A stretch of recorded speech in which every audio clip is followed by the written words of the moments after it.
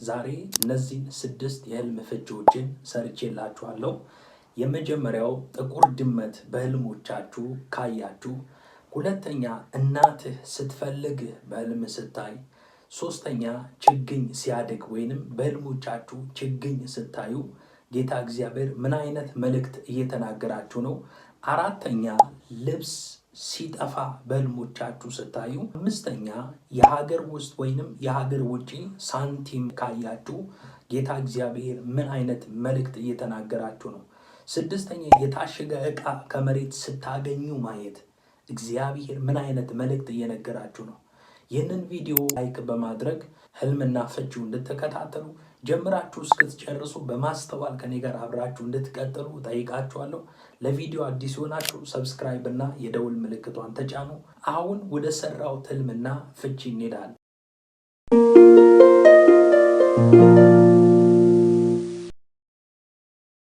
በህልሞቻችሁ ጥቁር ድመት ስታዩ እግዚአብሔር ምን ብሎ እየተናገራችሁ ነው? በመጽሐፍ ቅዱስ ውስጥ ስለ ጥቁር ድመት የተጻፈ ቀጥተኛ ቃል የለም። ጥቁር ድመት ከክፉ ነገር ጋር ማያያዝ የባህል አፈታት ወይንም አጉል እምነትን እንጂ መጽሐፍ ቅዱስ መሰረት አድርጎ አይናገርም። ነገር ግን የድመትን ተፈጥሮና የጥቁሩን ቀለም ፍቺውን ወይንም ትርጉሙን በማገናኘት ይህንን ህልም በሶስት መንገድ እንፈተዋለን። ጥቁር ድመት ማየት አንደኛ የውሸት ፍርሃት ሊሆን ይችላል። ጥቁር ድመት ብዙ ጊዜ የሌለን አደጋ እንዳለ አድርጎ የመስጋት ምልክት ሊሆን ይችላል። ጠላት ባዶ ፍርሃትን በውስጥ ዘርቶ ከአገልግሎት ከራእይ እግዚአብሔር ከተናገረ መልካም ነገር ሊመልስ እንደሚፈልግ የሚናገር ፍንጭ የሚሰጥ መልእክት ነው። ይህ ማለት ክፉ ፍርሃት ከዲያብሎስ እንደሆነ መጽሐፍ ቅዱሳችን ይናገራል። ሁለተኛ ጢሞቴዎስ ምዕራፍ 1 ቁጥር 7 ላይ ሲናገር እግዚአብሔር የኃይልና የፍቅር ራስንም የመግዛት መንፈስ እንጂ የፍርሃት መንፈስ አልሰጠንምና ይላል። አያችሁ፣ ጥቁር ድመት በህልሞቻችሁ ማየት የውሸት ፍርሃት በውሸት ጠላት እያስፈራ እንደሆነ እየዛተ እንደሆነ ልብን ለማራድ እየሞከረ እንደሆነ የሚናገር መልእክት ነው። ሁለተኛ ጥቁር ድመት ስታዩ ጌታ እንዲህ ያላችሁ ነው፣ በስውር የሚንቀሳቀስ የጠላት ሴራ ወይንም አሰራር።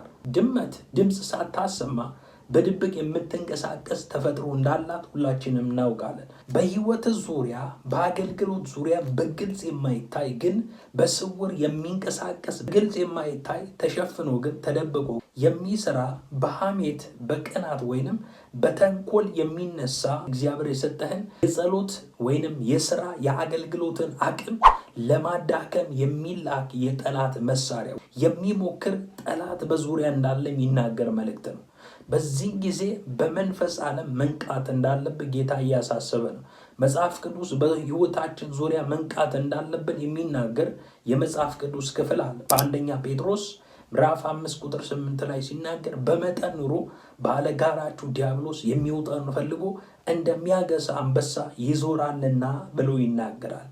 ሶስተኛ ጥቁር ድመት በህልሞቻችሁ ስታዩ ራስን ማግለል ሊሆን ይችላል። ድመቶች ብዙ ጊዜ የራሳቸው መንገድ የሚከተሉና ብቸኝነትን የሚመርጡ ናቸው። ይህ ማለት አሁን ባለህበት የህይወት ምዕራፍ ከሰዎች ርቀ ችግሮችንና አገልግሎትን ሁሉ በራስ ብቻ ለመወጣት እየሞከርክ ሊሆን ይችላል። ከሰዎች ጋር ያለ ትስስርና የጋራ ጸሎትን ማጠናከር እንዳለብህ፣ ከሰዎች መራቅ እንደሌለብህ ጌታ እየተናገረ ነው። ስለ ናሽናል ጂኦግራፊክ አያችሁ፣ አንበሳ ሊያድን ሲል ከመንጋው ነው የሚያወጣው። ለዛ ነው ወንድሞች በህብረት ቢሆኑ መልካም ነው፣ እነሆ ያማረ ነው ይላል። ይህንን ህልም ካያችሁ ከሰዎች ጋር ከወዳጆች ጋር መቀላቀል እንዳለባችሁ መንገድ እያሳያችሁ ነው። በአጠቃላይ ይህ ህልም የሚያሳየው የውስጥ ስጋት ወይም የጠላት ማስፈራሪያ ሙከራ የሚያሳይ እንጂ በእውነተኛው በዚህ በግዑዙ ዓለም ላይ የሚመጣብን አደጋ ላይሆን ይችላል። በዚህ ሰዓት በጸሎት መሰዊያን በእግዚአብሔር ኃይል እንድታድስ የውሸት ፍርሃቶችን ከዙሪያ እንድታነሳቸው ከውስጥ እንድታወጣቸው ናገር መልእክት ነው። ስለዚህ በፍርሃት የማይሆነው ውሳኔ ውስጥ እንዳትገባ በጸሎት መቃወም እንዳለብ የሚያሳስብ ህልም ነው። ድመት ሲቧጭር በህልሞቻችሁ ስታዩ ይህ ህልም ምን ብሎ እግዚአብሔር እየተናገረ ነው? ይህ ህልም ከእግዚአብሔር ቃል ጋር መሰረት አድርገን በእነዚህ መንገዶች እንመልከት። ድመት ሲቧጭር ማየት አንደኛው መንገድ ያልታሰበ ጥቃትና የቅርብ ሰው ክህደት ሊሆን ይችላል። አንዳንዶቻችሁ በወዳጅ ልትካዱ ትችላላችሁ፣ በወንድም ልትካዱ። ቀድማችሁ ግን ድመት ሲቧጭር ልታዩ ጌታ አሳይቷችሁ ይሆናል። ምናልባት ቀድማችሁ ይህንን ህልም ያምያችሁ ሰዎች ዛሬ ሳምንት፣ የዛሬ ወር ወይ የዛሬ ዓመታት ያለፉ ዓመታቶችን መለስ ብላችሁ ብታስቡ እንዲህ አይነት ህልም እንዳሳያችሁ እርግጠኛ ሆኜ እነግራችኋለሁ። ድመት የቤት እንስሳ ናት። ቤት ውስጥ የምትገኝ ሆና በድንገት ስትቧጭር ማየት ከማትጠረጥሩበት አቅጣጫ፣ ከማታስቡት አቅጣጫ አብሯችሁ ካለው ሰው ያልጠበቀው ተቃውሞና ትችት ወይንም ክህደት ሊገጥም እንደሚችል የሚያሳይ መልእክት ነው። አገልግሎትን ወይንም ራዕይን ለማደናቀፍ ቅርብ ከሆኑ ሰዎች የሚወረወር የሚመጣ የጠላት ማስፈራራት ወይንም እንቅፋት ሊሆኑ ይችላሉ። በዚህ ጊዜ በሰዎች ላይ ብቻ ከመደገፍ ይልቅ እግዚአብሔርን ብቻ ተስፋ እንድታደርግ የተሰጠ ማስጠንቀቂያ ሊሆን ይችላል። በመዝሙር ምዕራፍ 55 ቁጥር 12 ላይ ሲናገር ጠላትስ ቢሰድበኝ በታገስኩት ነበር፣ የሚጠላኝም ራሱን በላይ ከፍ ከፍ ቢያደርግ ከእርሱ በተሸሸኩ ነበር ብሎ ይናገራል። በተገለጠለት ጊዜ በተሰወርኩ ነበር ይላል። ሁለተኛ ደግሞ ድመት ሲቧጭር ማየት ትኩረት የሚሰርቅ መንፈሳዊ ውጊያ እንደሆነ ይናገራል። የድመት ጭረት ሕይወትን የሚያጠፋ ትልቅ አደጋ ባይሆንም በጣም የሚያቃጥል፣ ድመት የቧጨረችበት ቦታ በጣም ያቃጥላል፣ ያበሳጫል፣ እረፍት ለመከልከል ይፈልጋል፣ ትኩረትን ይስባል። ይህ ማለት ጠላት ከምትሰራው መልካም ስራ ሙሉ በሙሉ ሊያስቆም ባይችልም ትናንሽ ነገሮችን እያነሳ የሚያበሳጩ እንቅፋቶችን በመፍጠር ትኩረትን ሊሰርቅ እየሞከረ እንደሆነ የሚናገር መልእክት ነው። ስለ ነህምያ ሲናገር ነህምያ የኢየሩሳሌምን ቅጥር ሊሰራ ሲነሳ ሰንበላጥ አለ፣ ጦቢያ አለ፣ አረባው ጌሳ የሚባሉ እነዚህ ሰዎች ነህምያን ይጎትቱት፣ ያዘገዩት፣ እንቅፋት የሆኑበት ነበረ። እንደዚህ ብለው ተናገሩት፣ የምትሰራው ስራ ሰርተ እንኳን ብትጨርስ ቀበሮ ባጠገቡ ቢያልፍ እንኳን የሰራው ቅጥር ይፈርሳል ብለው እንቅፋት ሲያደርጉበት ነበረ። በዚህን ጊዜ አንተም በትናንሽ የሚያበሳጩ ቃላቶች እንደዚህ ብትሆን አይሆንልም፣ አይሆንም፣ አይሳካም ከሚሉ ቃላቶች የየቀኑ ሁኔታዎች፣ ችግሮች ትኩረትህን እንዳትሰጥ፣ ኔጌቲቭ ቃሎችን እንዳትቀበላቸው የሚያሳስብ መልእክት ነው። ብዙ ጊዜ የሰው ልጅ በተፈጥሮ መልካም ቃል መቶ ከሚነገርና አንድ ቃል ኔጌቲቭ ቃል ከሚናገር ይልቅ የሚገርመው ነገር ኔጌቲቭ ቃል ነው በሰው ልብ ውስጥ የሚመላለሰው። እዚህ ትኩረትን፣ አገልግሎትን ወደኋላ ሊጎትት ከሚፈልጉ ጥቃቅን ነገሮች፣ የሚያስጨንቁ የሚጎትቱ ነገሮች ከነዛ ነገሮች ወደ ጎን አድርገህ እልፍ እንድትል የሚናገር የሚያሳስብ መልእክት ነው። አንተም በትንንሽ የሚያበሳጩ ቃላት የየቀኑ ችግሮችን ትኩረት እንዳትሰጥ እግዚአብሔር እያሳሰበ እንደሆነ ፍንጭ ይሰጣል። ሶስተኛ ድመት ሲቧጭር ማየት መንፈሳዊ ድንበርን መጠበቅ ሊሆን ይችላል። ብዙ ጊዜ ድመት የምትቧጭረው ከልክ በላይ ሲጠጓትና ሲነኳት እንደሆነ ሁላችን እናውቃለን። ማለት በህይወት በአገልግሎት ላይ ጥንቃቄ የጎደለው ግንኙነት ውስጥ ገብተህ ሊሆን ስለሚችል፣ ስለዚህ ለመንፈሳዊ ህይወት፣ ለራእይ፣ ለአገልግሎት የማትጠቀመውን ነገር ከውስጥ እንድታስወግድ፣ ከራእይ እንድታስወግድ፣ ከዙሪያ ገለል እንድታደርግ፣ ድንበር እንድታበጃ። በዚህን ሰዓት እንዲህ አይነት ህልም ላያችሁ ጌታ እግዚአብሔር እያላችሁ ያለው ከልክ በላይ ነገር ውልፍ እንዳይል ገደብ መስራት እንዳለብህ፣ ቅጥር መስራት እንዳለባችሁ የሚያሳስብ መልእክት ሊሆን ይችላል። ለመንፈሳዊ ህይወትህ፣ ለራእይ የማትጠቀመው ነገር ቆርጠህ በማውጣት ገደብ ማበጀት እንዳለብህ ይናገራል። ምሳሌ ምዕራፍ 4 ቁጥር 23 ላይ የህይወት መውጫ ከእርሱ ነውና አጥብቀህ ልብህን ጠብቅ ብሎ ይናገራል። ሁለተኛ በህልሞቻችሁ እናት ስትፈልግ ማየት። በመጽሐፍ ቅዱስ ውስጥ እናት የፍቅር፣ የጥበቃ፣ የቤተ ክርስቲያን የጽናት፣ የመንፈስ ቅዱስ አሰራርና የመሰረት ምሳሌ ናት። ብዙ ጊዜ እናት ካየን ቤተ ክርስቲያን አድርገን እንወክላለን። እናትን በህልም ስታይ ወይንም በህልም ስትፈልግ ስታይ በሶስት አቅጣጫው ማየት እንችላለን።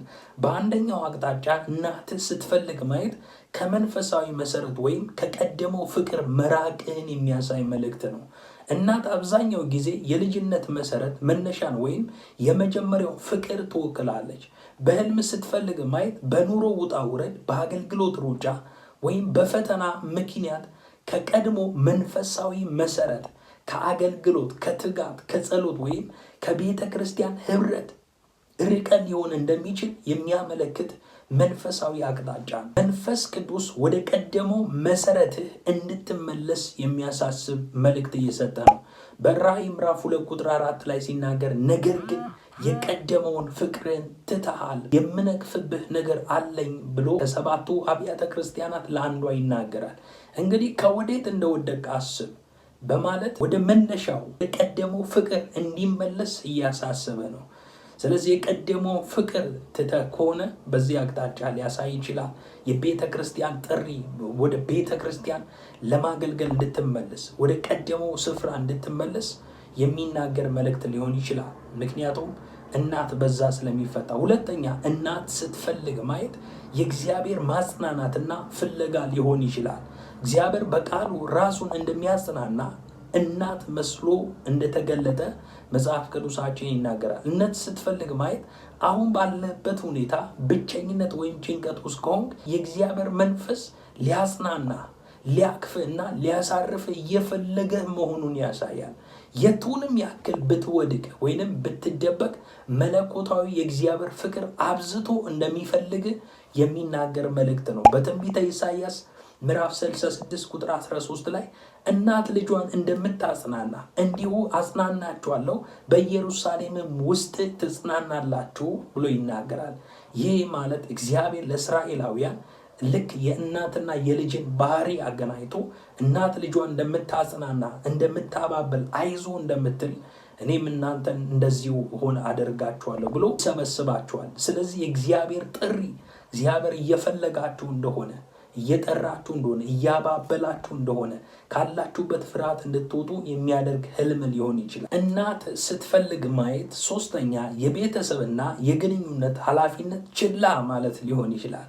ይህ ህልም ለግንኙነት ጊዜ እንድትሰጥ የሚያስታውስ ደውል ሊሆን ይችላል። ስለ ማርያምና ስለ ዮሴፍ ሲናገር ኢየሱስ በ12 ዓመቱ ትተው መቅደስ ትተው ሄዱ። የአንድ ቀን መንገድ ከተጓዙ በኋላ አብረዋቸው እንደሌለ ባወቁ ጊዜ ሊፈልጉት ተመለሱ። እናት ማርያም ኢየሱስን ልትፈልገው እጮኛዋ ዮሴፍ ጋር ተመለሰች። በሉቃስ ወንጌል ምዕራፍ 2 ቁጥር 48 ላይ ይናገራል። በዙሪያ ያሉ ሰዎች የእንክብካቤ የትኩረት እጦት ተሰምቷችሁ ሊሆን ይችላል። በህልሞቻችሁ እናት ስጦታ ስትሰጥ ማየት ይህ ህልም እጅግ በጣም መልካም ተስፋ ሰጪና ትልቅ መንፈሳዊ ትርጉም ያለው ራእይ ነው። ቀድሞ እንደጠቀስኩት በመጽሐፍ ቅዱስ እናት የፍቅር የህይወት ምንጭ የቤተ ክርስቲያንና የመንፈስ ቅዱስ አሰራር ተምሳሌት ስትሆን ስጦታ ደግሞ የእግዚአብሔርን ጸጋ የበረከትና የውርስ ምልክት ነው። መጽሐፍ ሲናገር ጸጋው በእምነት አድኗቸዋል፣ ይህም ጸጋ የእግዚአብሔር ስጦታ ብሎ ይናገራል። እናት ስጦታ ስትሰጥ ማየት እግዚአብሔር በቤተ ክርስቲያን በኩል አልፎ የሚሰጠውን የጸጋ ስጦታ ያሳያል። የትንቢት ጸጋ፣ የዝማሬ ጸጋ፣ የመሪነት ጸጋ፣ አፖስቶሊክ አኖይንቲንግ፣ እነዚህ በቤተ ክርስቲያን ያሉ ስጦታዎችን ነው የሚያሳየው። እናት ስጦታ ስትሰጥ ማየት የበረከትና የውርስ ምልክት ነው፣ ወይንም ኢምፓርቴሽን ሊያሳይ ይችላል። ይህንን ራእይ ከቃሉ ጋር አመሳስለን በእነዚህ በሶስት በኩል እንመልከት። አንደኛ እናት ስጦታ ስትሰጥ ማየት አዲስ መንፈሳዊ ውርስና የጸጋ ስጦታ ነው።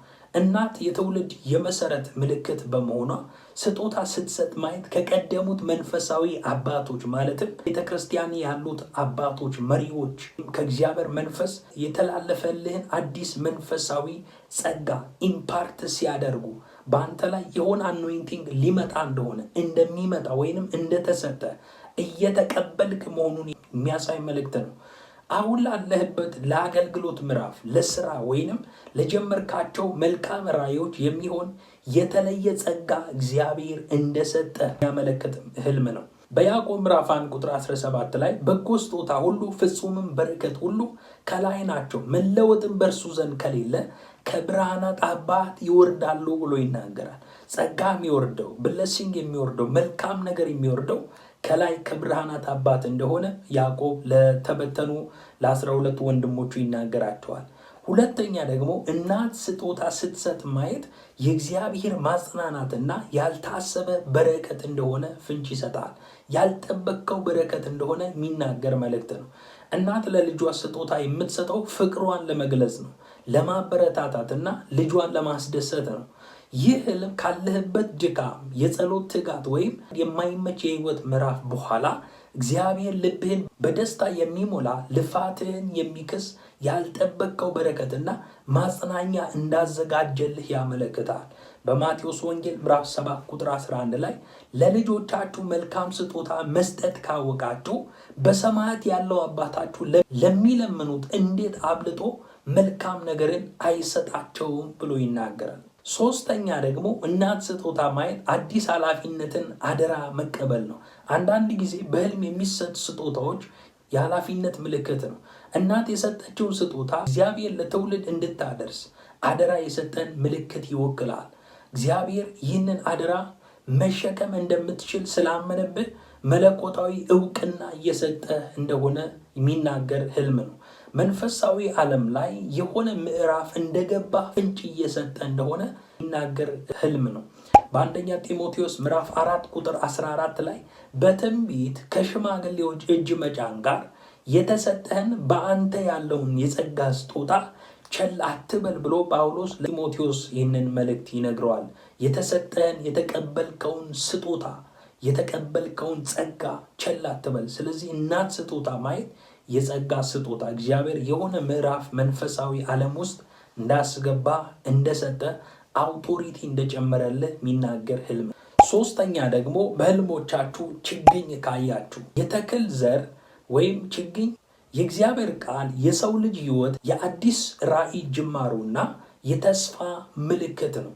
በህልም ችግኝ ማየት እጅግ በጣም መልካምና ትልቅ ተስፋን የተሸከመ መንፈሳዊ መልእክት ሲኖረው ከቃሉ እውነት ጋር ደግሞ አገናኝተን ይህንን ህልም እንፍታ። አንደኛ አዲስ ጅማሮና የተስፋ መነቃቃት ወይንም ሪቫይቫል ነው። በአገልግሎት ሊሆን ይችላል። በጀመርከው ራዕይ ላይ እግዚአብሔር አዲስ መንገድ እንዳስጀመረ የሚናገር ህልም ነው። ችግኝ አዲስ ህይወትን ይወክላል። ይህ ህልም በህይወት በአገልግሎት ወይም አሁን በጀመርከው ስራ በአዲስ ምዕራፍ እየተከፈተ መሆኑን ያሳያል። ተስፋ የቆረጥክበት የተዘጋ የመሰለ ነገር ካለ እንደገና ሊያቆጠቁጥ ሊለመልም መሆኑን የሚያበስር ራዕይ ጌታ እያሳየ ነው። በመጽሐፈ ኢዮብ ምዕራፍ 14 ቁጥር 7 ላይ ዛፍ ቢቆረጥ ደግሞ ያቆጠቁጥ ዘንድ ቅርንጫፉም እንዳያልቅ ተስፋ አለው ብሎ ይናገራል። ለዛፍ ተስፋ አለው፣ ቢቆረጥም እንኳን ደግሞ ያቆጠቁጣል፣ ቅርንጫፉም አያልቅም ብሎ እግዚአብሔር እየተናገረ ይህን ህልም ስታይ እግዚአብሔር የማይጠፋ ተስፋ እንደሰጠ የሚናገር ህልም ነው። ሁለተኛ ደግሞ ጥንቃቄና እንክብካቤ የሚፈልግ ራዕይ ጌታ እንደሰጠ ይናገራል። አንዳንድ ራዕዮች በቸልተኝነት የሚጠፉ ራዕዮች አሉ። በቸልተኝነት የሚቀንሱ ራዕዮች አሉ። ጌታ ችግኝ ካሳየ እንክብካቤ የሚፈልግ ራዕይ ነው ብሎ እያስጠነቀቀ ሊሆን ይችላል። ችግኝ ገና ለጋ ከሆነና ከፀሐይ ከነፋስና ከአረም ጥበቃ ይፈልጋል። ይህ ማለት እግዚአብሔር በውስጥ ያስቀመጠው አዲስ ራዕይ ወይም ጸጋ ገና በማደግ ላይ ስለሆነ በትጋት በጸሎት ውሃ ማጠጣት ማለት ነው። ውሃ ማለት መንፈስ ቅዱስን ያመለክታል፣ ቃሉን ያመለክታል፣ ትጋትን ያመለክታል። ትክክለኛ መንፈሳዊ ህብረት ልትንከባከበው ይገባል ማለት ነው። እግዚአብሔር የሰጠን ራዕይ ተንከባከበው እያለ እየተናገረ ነው። ከሚጎትቱ ሰዎችና ሀሳቦች ራስን መጠበቅ እንዳለብህ የሚጠቁም ህልም ነው። በአንደኛ ቆሮንቶስ ምዕራፍ 3 ቁጥር 6 ላይ እኔ ተከልኩ አጵሎስ አጠጣ የሚያሳድግ ግን እግዚአብሔር ነው ብሎ በዚህ ክፍል ላይ ይናገራል። እዚህ የሚያድግ ነገር እግዚአብሔር እንደሰጠ የሚናገር ህልም ነው። ሶስተኛ ደግሞ የነገው ታላቅ ፍሬ ወይንም የመገለጡን ዓለም ያሳያል። አሁን ትንሽ የምትመስለው ችግኝ ነገ ለብዙዎች ጥላ ወይም ፍሬ እንደምትሰጥ ታላቅ ዛፍ እንደምትሆን ይታወቃል። ይህ ህልም ጀመርከው ትንሽ ነው ብለህ እንዳትንቅ፣ እንዳትተው፣ ችላ እንዳትል እግዚአብሔር እየሰጠ ያለ ማበረታቻ ወይንም ፍንጭ የሚሰጥ ነው። ዛሬ በትንሹ የጀመርከው አገልግሎት፣ ዛሬ በትንሹ የጀመርከው ቢዝነስ፣ ዛሬ በትንሹ የጀመርከው ራዕይ፣ እግዚአብሔር የሰጠ ራዕይ ነገ ብዙዎችን የሚያድን ትልቅ ስራ እንደሚሆን ጌታ እየተናገረ እየጠቆመ ነው። ዘካርያስ ምዕራፍ 4 ቁጥር 10 ላይ የጥቃቅኑ ነገር ቀን የናቀ ማን ነው ይላል። ብዙ ጊዜ ሰው ወይም ትውልድ እግዚአብሔር ሲሰጠን ቀንሶ የተወሰነ ሲሆን የሆነ ነገር ጀምረን ገበያ ሲጠፋ ብዙ ጊዜ በሰውኛ ተስፋ ሊያስቆርጥ ይችላል። ነገር ግን እግዚአብሔር መንፈስ እየተናገረ ያለው ዛሬ ትንሽ የሆነው ነገ ይበዛል። ስለዚህ ታምነ ቀጥልበት፣ ተደግፈ ቀጥልበት፣ በአምላክ በእግዚአብሔር ተደግፈ ቀጥልበት የሚል የእግዚአብሔር ፍንጫ ነው። ይህንን ህልም ካየ የሚያድግ እግዚአብሔር የሚያድግ ራእይ የሚያድግ ነገር እየሰጠ እንደሆነ ፍንጭ ይሰጣል። በህልም ችግኝ ውሃ ስታጠጣ ካየህ ደግሞ እጅግ አስደናቂና የተግባር ሰው መሆንን የሚያሳይ ጥልቅ መለኮታዊ ራእይ ነው። በመጽሐፍ ቅዱስ ውስጥ ውሃ የመንፈስ ቅዱስ የእግዚአብሔር ቃልና የህይወት የጸሎት ተምሳሌት ነው። ችግኙን አንተ ራስህ ውሃ ስታጠጣው ማየት ከቃሉ እውነት አንጻር የሚከተሉትን ፍቺዎችን እንመልከት። የመጀመሪያው ችግኝ ውሃ ስታጠጣ በራእይ ካየ ራእይ በጸሎትና በቃል ማሳደግ እንዳለብኝ የሚናገር ነው። አንድ አዲስ ራእይ አገልግሎት ወይም ስራ ሲሰጥህ ዝም ብለህ እንድትቀመጥ ላ እንድትለው ሳይሆን በጸሎት በትጋትና በእግዚአብሔር ቃል እያሳደግ እየመገብከው መሆንን የሚያሳይ የድርጊት ሰው መሆንን የሚያሳይ ህልም ነው። ውሃ ማጠጣት መንፈሳዊ ኃላፊነትን በአግባቡ እየተወጣ መሆንን የሚያሳይ መንፈሳዊ መለኮታዊ ማረጋገጫ ነው። አንደኛ ቆሮንቶስ ምዕራፍ 3 ቁጥር 6 ይላል፣ እኔ ተከልኩ አጵሎስ አጠጣ፣ ነገር ግን የሚያሳድግ እግዚአብሔር ነው ይላል። ይህንን ቃል ደግሜ የተናገርኩት ከዚህ ሐሳብና ከዚህ ፍቺ ውስጥ ጋር አብሮ ስለመሄድ ነው። ሁለተኛ ደግሞ የእድገትና የፍሬያማነት ዋዜማ ወይንም ሊገለጥ ያለ ነገር፣ ሊገለጥ ያለ እድገት፣ ሊገለጥ ያለ ፍሬ ነገሩን ፍሬ ሊያፈራ ራእይ አገልግሎት ፍሬ ሊያፈራ እንደሆነ የሚናገር መንገድ የሚያሳይ ህልም ነው። ውሃ የሚጠጣ ችግኝ መድረቅ አይችልም። ብዙ ጊዜ ውሃ ችግኝ የሚጠጣው እንዳይደርቅና እንዲያደግ ፍሬ እንዲያፈራና እንዲበዛ እንዲተልቅ ነው። ግዴታ ያድጋል፣ ግዴታ የችግኝ ይለመልማል፣ ፍሬም ይሰጣል። ይህ ህልም አሁን የጀመርከው አገልግሎት ያሰብከው ራእይ የቱንም ያክል ትንሽ ቢመስል በተገቢው መንገድ ራይት መንገድ ላይ ካለ እያጠጣ እየጸለይክበት እንደሆነ በቅርብ ጊዜ ውስጥ ትልቅ ችግኝ፣ ትልቅ ዛፍ፣ ትልቅ ፍሬ እንደሚያፈራ ለብዙ ትውልድ ጥላ እንደሚሆን ለብዙ ትውልድ በረከትና ምንጭ የምትሆን የሚጠቁም ህልም ነው። በመዝሙር ምዕራፍ 1 ቁጥር 3 ላይ በውሃ ፈሳሾች ዳር እንደተተከለች ፍሬዋን በየጊዜዋ እንደምትሰጥ ቅጠሏም እንደማይረግፍ ዛፍ ይሆናል፣ የሚሰራውም ሁሉ ይከናወንለታል ይላል። ሶስተኛ መንፈሳዊ ትኩረትና መረጋጋት ነው። ውሃ ማጠጣት ትዕግስትንና ትኩረትን የሚጠይቅ ሂደት ነው። ይህ ራእይ የሚያሳየው አሁን ባለህበት የህይወት ምዕራፍ ትኩረትን ወዲህና ወዲያ ከሚስቡ ከማይረቡ ነገሮች ርቀ ዋና ራእይ ላይ ትኩረት እንድታደርግ ራእይ ላይ ብቻ ትኩረት እንድታደርግ እየሰጠ መሆኑን ያሳያል። የእግዚአብሔር ቃል ወደ አብርሃም ከመምጣቱ በፊት ከሎጥ ጋር ነበረ። ከሎጥ በተለየው ጊዜ የእግዚአብሔር ቃል ወደ አብርሃም መጣ ይላል። አንዳንድ ጊዜ የእግዚአብሔር ድምፅ እንዳይመጣ የሆነ ራእይ ከፍ እንዳይል ትኩረትን ከሚሰርቁ ነገሮች ገለል እንድትል የሚጠቁም ህልም ሊሆን ይችላል። አራተኛ በህልሞቻችሁ ልብስ ሲጠፋ ማየት። ልብስ ሱሪ ሊሆን ይችላል፣ ከላይ ቲሸርት ሊሆን ይችላል፣ ሸሚዝ ሊሆን ይችላል። ልብስ በአጠቃላይ ሲጠፋ ማየት መንፈስ ቅዱስ ምን ብሎ ህልምን እየገለጠላችሁ ነው? በመጽሐፍ ቅዱስ ውስጥ ልብስ የክብር፣ የጸጋ፣ የማንነት፣ የጽድቅና የመንፈሳዊ ሽፋን ተምሳሌት ነው። በህልም ልብስ ሲጠፋ ማየት መንፈሳዊ ንቃትን የሚጠይቅ የማስጠንቀቂያ ራእይ ሲሆን በቃሉ በኩል ሆነን ይህንን ህልም እንፍታው። አንደኛ ልብስ ሲጠፋ ማየት የመንፈሳዊ ሽፋን ወይም የጸጋ መጓደል እንደሆነ ፍንጭ ይሰጣል። ልብስ የእግዚአብሔርን ጥበቃና ጸጋን ይወክላል። ልብስ መጥፋቱ በጸሎት ማጣት፣ ከህብረት መራቅ ወይም በሌላ ምክንያት መንፈሳዊ ሽፋን እየቀነሰ መሆኑንና ለጠላት ጥቃት ክፍተት እየተፈጠረ እንደሆነ የሚያሳይ የማንቂያ ደውል ነው። በራእይ ምዕራፍ 16 ቁጥር 15 ላይ ራቁቱን እንዳይሄድ እፍረቱን እንዳያዩ ነቅቶ ልብሱን የሚጠብቅ ብፁዕ ነው ብሎ ይናገራል። ሁለተኛ ልብስ ሲጠፋ ማየት በማንነትና በአገልግሎት ክብር ላይ ያለ ውጊያ ሊሆን ይችላል። አንድ ሰው በማዕረጉ የሚታወቀው በልብሱ ነው። ዮሴፍ የህልሙን ራእይ ሲጀምር ወንድሞቹ ጠላት ነው የሆኑት። ህልም አየሁ ሲላቸው ተቀይረው ወንድሞቹ ጠላት ሆኑበት። የመጀመሪያ ያደረጉት የለበሰውን የክብር ልብስ ገፈፉት ብሎ ይናገራል። በመጀመሪያ የገፈፉት የተለየው የክብር ልብሱን ነው። ሲጠፋ ማየት ጠላት አገልግሎትን፣ ክብርህን እና በሰዎች ዘንድ ያለን ተቀባይነት ለመዝረፍ በስውር እየተዋጋ መሆኑን ያሳያል።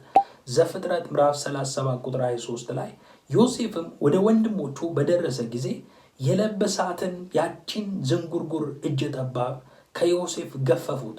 ሶስተኛ ልብስ ሲጠፋ ማየት መጋለጥን ወይም እፍረትን መፍራት እንደሆነ ፍንጭ ይሰጣል። ልብስ እፍረትን ይሸፍናል። ልብስ ራቆትነትን ይሸፍናል። መጥፋት ደግሞ በግዑዝ ዓለም ውስጥ የሆነ ስህተት፣ ድካም ወይም ውድቀት በሰዎች ፊት ይጋለጥብኛል ብለህ የምትሰጋው ስውር ፍርሃት በውስጥ እንዳለ ያመለክታል። ሁለተኛ ቆሮንቶስ ምዕራፍ 5 ቁጥር 3 ላይ የለበስን ሆነን ራቆታችንን አንገኝም ብሎ ይናገራል። የጠፋውን ልብስ በህልም መልሰ ስታገኝ ካየህ ይህ ህልም እጅግ በጣም የምስራችና የድል ራእይ ነው። ቀድሞ እንዳብራራሁት ልብስ የማንነት፣ የጸጋ፣ የመንፈሳዊ ሽፋን፣ የክብርና እንደሚያሳይ አይተናል። አሁን ደግሞ ያ የጠፋው ልብስ መልሶ ማግኘት ደግሞ በቃሉ በኩል ሆነ እንፍታው። አንደኛ የጠፋውን ልብስ ማግኘት የጠፋው ክብርና ጸጋ በእጥፍ መመለስ፣ የምርኮ መመለስ እንደሆነ ፍንጭ ይሰጣል። ይህን በጠላት ውጊያ፣ በሰው ክፋት፣ በራስ ድካም ምክንያት አተው የነበረው ሰላም፣ አተው የነበረው መንፈሳዊ ጸጋ፣ ተቀባይነት ወይም የሥራ ዕድል በእግዚአብሔር ጣልቃ ገብነት እየተመለሰልን መሆኑን ያሳያል። የጠፋውን መመለስ ደግሞ የእግዚአብሔር የትልቁ የካሳ መንገድ እንደሆነ ፍንጭ ይሰጣል።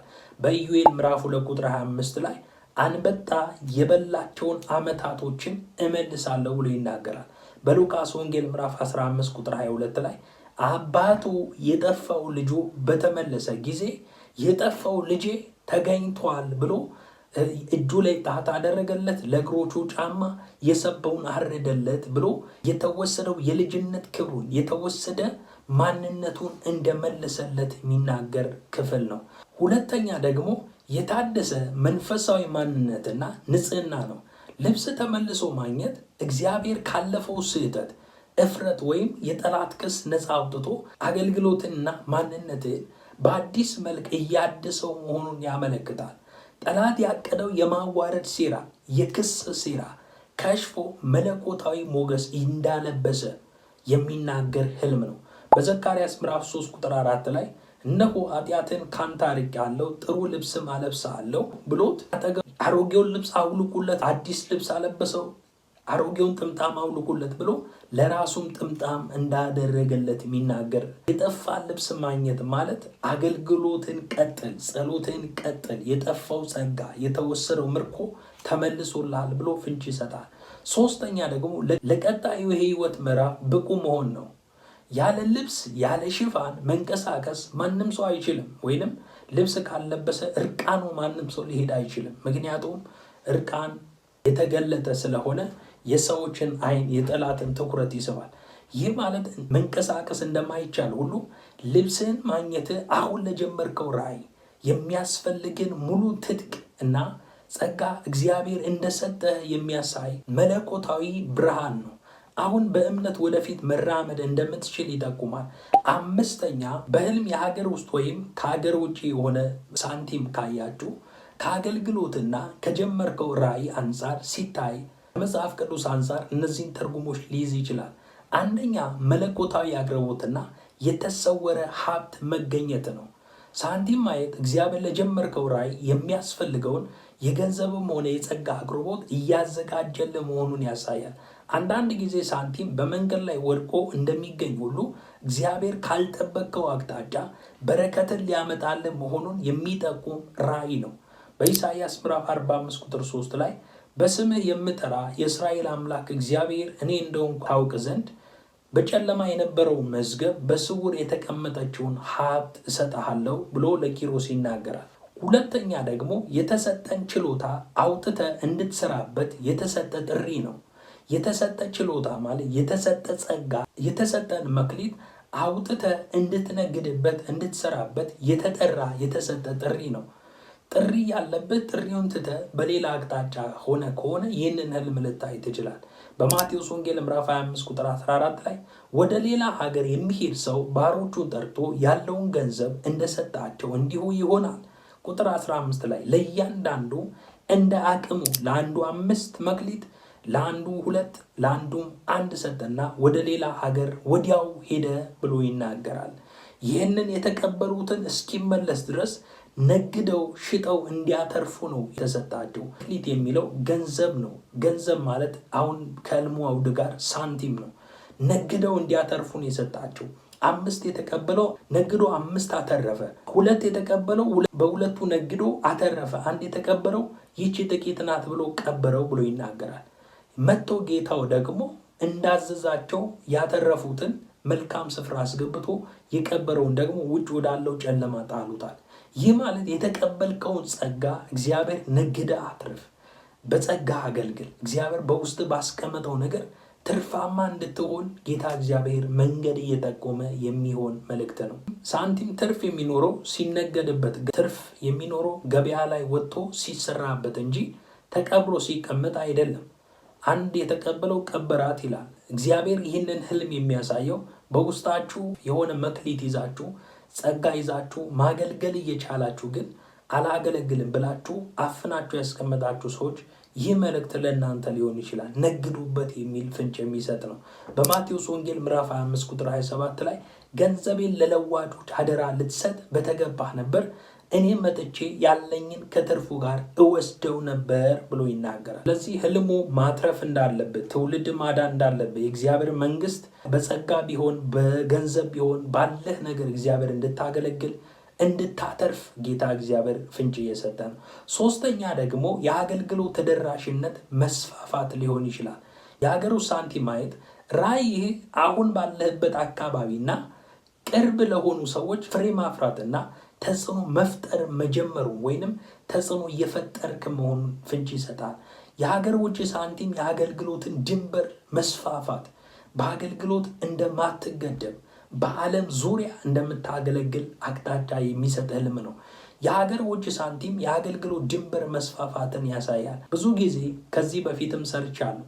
የሀገር ውጭ ገንዘብ ካያችሁ አገልግሎታችሁ ከሀገር ውጭ፣ በረከታችሁ ከሀገር ውጭ እንዳለ፣ በዓለም ዙሪያ በረከታችሁ እንዳለ ወጥታችሁ እንደምትወርሱ፣ ድንበራችሁ እግዚአብሔር እንዳበዛው እንዳሰፋው የሚናገር ህልም እንደሆነ ከዚህ በፊት ነግሬያችኋለሁ። ከሀገር ውጭ የሆነ ገንዘብ ካያችሁ፣ ዶላር ካያችሁ ብዬ የሰራሁት ህልም አለ። ሀገር ውስጥ ገንዘብ ካያችሁ ደግሞ በሀገር ውስጥ እግዚአብሔር ርስትን፣ በረከትን፣ ጸጋን፣ ስፍራን፣ ትውልድ እንደሚያሰፋ በሀገር ውስጥ የሚናገር መልእክት ነው። በአገልግሎትህ በስራ ድንበር ተሻግረ በዓለም ዙሪያ ላሉ ሰዎች መድረስ እንደሚጀምርና ዓለም አቀፍ በረከት እንደምታገኝ ይጠቁማል።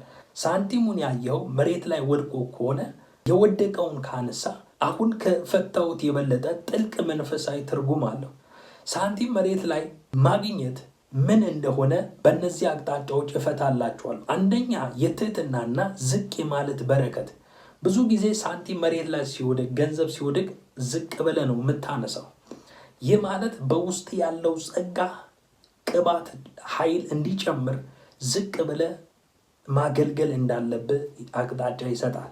ጌታ ኢየሱስ ክርስቶስ በፊልጵስዩስ ምዕራፍ 2 ቁጥር 6 ላይ እሱ ከእግዚአብሔር ጋር መተካከል እንደመቀማት ሳይቆጥር የባሪያን መልክ ይዞ በሰው ምሳሌ ሆኖ ራሱን ዝቅ አደረገ፣ ያውም የመስቀል ሞት የታዘዘ ሆነ ይልና እግዚአብሔርም ያለ ልክ ከፍ ከፍ አድርገው ይላል። ጸጋ እንዲበዛ፣ ቅባት ብለሲንግ እንዲጨምር ዝቅ ማለት፣ ቅባት እንዲጨምር ዝቅ ብለህ ትውልድ ማገልገል እንዳለብህ፣ የእግዚአብሔርን ዓለም ማገልገል እንዳለብህ የሚናገር ህልም ነው። ይህ የሚያሳየው እግዚአብሔር ያዘጋጀልህ ትልቅ በረከት፣ ጸጋ ለመቀበል በመንፈስ ዝቅ ማለትና ትህትናን እንደሚያስፈልግህ የሚያሳይ ህልም ነው። ታላቅ ከፍታ የሚጀምረው ከትህትና። ትልቅ ስፍራ መድረስ የሚፈልግ ሰው ትሁት መሆን አለበት። ይህ ኤልሳ የተባለው በኤልያስ ላይ ውሃ ያስታጥበዋል። ሀብት እንደነበረ መጽሐፍ ቅዱሳችን 12 ጥማድ በሬ 24 በሬ ማለት ነው። እንግዲህ ይህንን ሰውቶ ነው የተከተለው። በዛን ሰዓት በጣም እጅግ ብዙ ገንዘብ ነው። እርሻውን ትቶ ነው የተከተለው። ይህ ሰው ነው እጁ ላይ ውሃ ያፈስ የነበረው በኤልያስ ላይ። ማለትም ዝቅታን ያሳያል። ምን አይቶ? እጥፍ ቅባት አይቶ። ስለዚህ ቅባቱ እጥፍ እንዲሆን ዝቅ ብሎ ማገልገል እንዳለበት የሚናገር ህልም ነው። ያዕቆብ ምዕራፍ 4 ቁጥር 10 ላይ በጌታ ፊት ራሳችሁን አዋርዱ ከፍ ከፍ ያደርጋችኋል ይላል። በጌታ ፊት ዝቅ ስትል፣ በጸሎት ዝቅ ስትል፣ ራስን ስታዋርድ እግዚአብሔርም ከኃያላን ተርታ እንደሚያሰልፍ፣ ከሁኔታዎች በዙሪያ ካሉት ሁሉ ከፍ እንደሚያደርግ የሚናገር ህልም ነው። ሁለተኛ ደግሞ ሳንቲም ከመሬት ማግኘት ወይም ማንሳት ሌሎች የተዉትና የናቁት እድል እንደሆነ የሚናገር ነው። ሰው ጥሎት ያለፈውን ያልፈለገውን ወድቆ የረሳውን ሳንቲም አንተ መሬት ላይ ማግኘት ሌሎች ያላዩትን ራዕይ የተዉትን አገልግሎት ወይም የናቁትን እድል መሆኑን ያሳያል።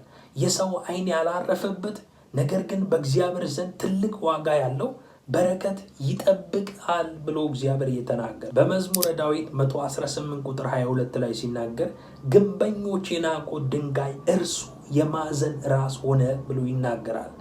ሶስተኛ ደግሞ የተረሳውን ጸጋ ፈልጎ ማውጣት እንደሆነ ፍንጭ ይሰጣል።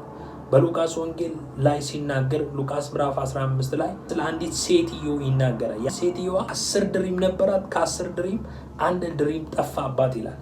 የጠፋባትን ድሪም ለማግኘት ቤቷን ጠርጋ መብራት አብርታ የጠፋባትን እስክታገኝ ድረስ አጥብቃ የማትፈልግ ሴት ማናት ብሎ ይናገራል። መሬት ላይ የወደቀ ሳንቲም ማግኘት በሕይወት ውስጥ ተዳፍኖ ወይም ተሸፍኖ ተረስቶ የነበረው ጸጋ ወይም መክሊት አሁን በኃይል ሊወጣ መሆኑን ያመለክታል፣ ሊገለጥ መሆኑን ያመለክታል። ስድስተኛ በሕልሞቻችሁ ከመሬት የታሸገ ዕቃ ማግኘት። በሕልም ከመሬት ውስጥ የታሸገ ዕቃ አውጥቶ ማግኘት እጅግ ጥልቅ የሆነ ትንቢታዊ ትርጉም አለው። በመጽሐፍ ቅዱስ ውስጥ መሬት የተሰወረ ሀብትን ወይም የትውልድን መሰረት ሲያመለክት፣ የታሸገ ዕቃ ደግሞ ገና ያልተገለጠ ሚስጥርን ለተወሰነ ጊዜ የተቀመጠን ራዕይ ወይም የእግዚአብሔርን ቃል ያሳያል። ይህንን ራዕይ ከእግዚአብሔር ቃል ተነስተን በሶስት መንገድ እንፍታ። አንደኛው መንገድ የተሰወረ ሚስጥርና መለኮታዊ ሀብት ነው። ከመሬት ውስጥ የታሸገ ዕቃ ማግኘት እግዚአብሔር ለሌሎች ያልተገለጠውን እና በስውር የተቀመጠውን ጥልቅ መንፈሳዊ ሚስጥር ወይም የአገልግሎት ጸጋ ለአንተ የሰጠ መሆኑን ያሳያል። ይህ ዕቃ በመሬት ውስጥ መቆየቱ ይህ ጸጋ ወይም መልእክት ለረጅም ጊዜ ተጠብቆ የቆየና አሁን ግን በአንተ በኩል ሊገለጥ መሆኑን ያሳያል። ዳንኤል ምዕራፍ 2 ቁጥር 22 ላይ እርሱም ጥልቁንና የተሰወረውን ይገልጣል፣ በጨለማ ያለውን ያውቃል፣ ብርሃንም ከእርሱ ጋር ነው ብሎ ይናገራል። ሁለተኛ ለትክክለኛው ጊዜ የተቀመጠ ራዕይ ነው። የታሸገ ነገር ዝም ብሎ አይከፈትም። የሚከፈተው ራይት ታይም ወይም ትክክለኛ ጊዜ ሲደርስ እና ባለመብቱ ሲገኝ ባለቤቱ ሲገኝ ነው። ይህ ህልም አሁን የጀመርከው አገልግሎት ወይም ራዕይ ያሰብከው ራዕይ ትክክለኛ ጊዜ መድረሱን ያሳያል። እግዚአብሔር የታሸገውን የአገልግሎት በር እየከፈተልህ የተዘጋ በሮች እንደሚከፈቱ የሚናገር ህልም ነው። በዕንባቆም ምዕራፍ 2 ቁጥር 3 ላይ ራእዩ ገና እስከተወሰነ ጊዜ ነው፣ ወደ ፍጻሜ ይቸኩላል፣ እርሱም አይዋሽም ብሎ ይናገራል። ሶስተኛ ደግሞ የቀድሞ ጸጋ ወይንም የጸጋ ምንጮች እንደገና እንደሚከፈቱ የሚናገር ወይንም መክፈት እንደሆነ ፍንጭ ይሰጣል። መጽሐፍ ቅዱስ ይስሐቅ አባቱ አብርሃም ቆፍሯቸው የነበሩትን ጉድጓዶች እንደገና አስቆፈረ ብሎ ይናገራል። አስቆፍሮ የመጀመሪያውን አስቆፈረ፣ ተከራከሩ፣ ሁለተኛውን አስቆፈረ፣ ሶስተኛው ግን ሮቦት የሆነ ምንጭ ፈለገ። ያስቆፈረው ጉድጓድ ነው ያስቆፈረው። ይህ ማለት አንተ በህይወት ወይ ተቀብሮ የነበረው ጸጋ፣ እውቀት ወይም በረከት ፈልገ እያወጣ መሆኑን የሚያሳይ የድል ራእይ ነው። በዘፍጥረት ምዕራፍ 26 ቁጥር 18 ላይ ይናገራል። ይስሐቅም በአባቱ በአብርሃም ዘመን ቆፍሯቸው የነበሩትን የውሃ ጉድጓዶች ደግሞ አስቆፈረ። አብርሃም ከሞተ በኋላ የፍልስጤም ሰዎች ደፍኗቸው ነበሩና አባቱ ይጠራቸው የነበረው ስም ጠራቸው ብሎ ይናገራል። በመሬት ውስጥ የተደበቀውን የታሸገ ዕቃ አውጥተ ስትከፍተው ማየት ምን እያለ ነው? መሬት ውስጥ የተቀበረ የታሸገውን ዕቃ አውጥተ ስትከፍተው ካየ ምን ብሎ እየተናገረ ነው? የታሸገን ነገር መክፈት የጊዜን መድረስ የሚስጥር መገለጥና የተግባር ጅማሩን ያሳያል። የተለያየ አቅጣጫ ይህንን ራእይ እንፍታው። አንደኛ የተሰወረው ሚስጥር መገለጥ ነው። ዕቃው መሬት ውስጥ መገኘቱ ስውር ሀብትን ሲያሳይ፣ መክፈት ደግሞ ያ የተሰወረው ሚስጥር እንደገባህና እንደተገለጠልህ የሚያሳይ ህልም ነው። የጥበቃውና የዝምታው ጊዜ አብቅቶ መጋረጃ ተገፏል የሚል ፍንጭ ይሰጣል። በትንቢተ ኤርምያስ ምዕራፍ 33 ቁጥር 3 ላይ ኤርምያስ በግዞት ቤት አደባባይ ሳለ እግዚአብሔር ቃል ወደ ኤርምያስ መጣ። ኤርምያስ ሆይ ወደ እኔ ጩኽ፣ እኔም እመልስልሃለሁ፣ አንተም የማታውቀውን ታላቅና ኃይለኛን ነገር አሳይሃለሁ ብሎታል። እግዚአብሔር ወደ እኔ ጩኽ ያለው ተገልጦ እግዚአብሔር ለኤርሚያስ እንደሚያሳየው የሚጠቁም ነው። ሁለተኛ ደግሞ የተሰጠን ጸጋ በተግባር መግለጥ ነው። ስጦታ የታሸገው ካልተፈታ ጥቅም እንደማይሰጥ ሁላችን እናውቃለን። ሲከፈት ግን አገልግሎት መስጠት ይጀምራል። ብዙ ጊዜ ስጦታ ሲሰጥ በሕዝብ ፊት ይከፈት የሚል ድምፅ ጩኸት አለ። ማለትም ሲከፈት ብዙ ነገር ውስጥ ያለው የተሸፈነው ጸጋ ይታያል። ምን ውድ ይሁን የረከሰ ይሁን ግን ይታያል። ይህ ህልም ለረጅም ጊዜ በውስጥ ታምቆ የነበረው አቅም አሁን በተግባር ለመጀመርና ለትውልድ ለማካፈል ሙሉ በሙሉ ዝግጁ መሆንን የሚያበስር ነው። በማቴዎስ ወንጌል ምዕራፍ 2 ቁጥር 11 ላይ ወደ ቤትም ገብተው ሕፃኑን ከእናቱ ከማርያም ጋር አዩት፣ ወድቀውም ሰገዱለት፣ ሳጥኖቻቸውንም ከፍተው እጅ መንሻ ወርቅና ዕጣን ከርቤም አቀረቡለት ብሎ ይናገራል። ይህ ህልም አንተም በውስጥ ያለውን መንፈሳዊ ሀብት ከፍተህ ለጌታ ለትውልድ ልታቀርብ መሆንን የሚያሳይ ህልም ነው። ሶስተኛ ደግሞ የራእይ ጥራትና ግልጽ አቅጣጫ የተገለጠ ምዕራፍ ነው። የታሸገ ዕቃ ሲከፈት በውስጡ ያለው ነገር በግልጽ ይታያል። ይህ ህልም የሚያሳየው በቀጣይ በህይወት ግራ መጋባት አብቅቶ ፍርሃትና መጨነቅ አብቅቶ እግዚአብሔር ጥርት ያለ አቅጣጫና ምሪት እየሰጠ መሆኑን ይጠቁማል። ዕንባቆም ምዕራፍ 2 ቁጥር 2 ላይ አንባቢው ይፈትን ዘንድ ራእዩን በጽላት ላይ ገለጠው ብሎ ይናገራል። ጌታ ኢየሱስ ይባርካችሁ። ስትከታተሉ የነበራችሁ ቪዲዮ ላይክ ካላደረጋችሁ ላይክ አድርጉ፣ ኮፒ ሊንክና ሰብስክራይብ አድርጉ። ጸጋ ይብዛላችሁ። ሻሎም። እኔ ወንድማችሁ በረከት ነኝ። ጸሎት የምትፈልጉ ሰዎች በውስጥ መስመር ዋትሳፕ ነምበር አስቀምጣለሁ፣ ኮንታክት አድርጉኝ። በሌላ ቪዲዮ እንገናኛለን። ጸጋ ይብዛላችሁ።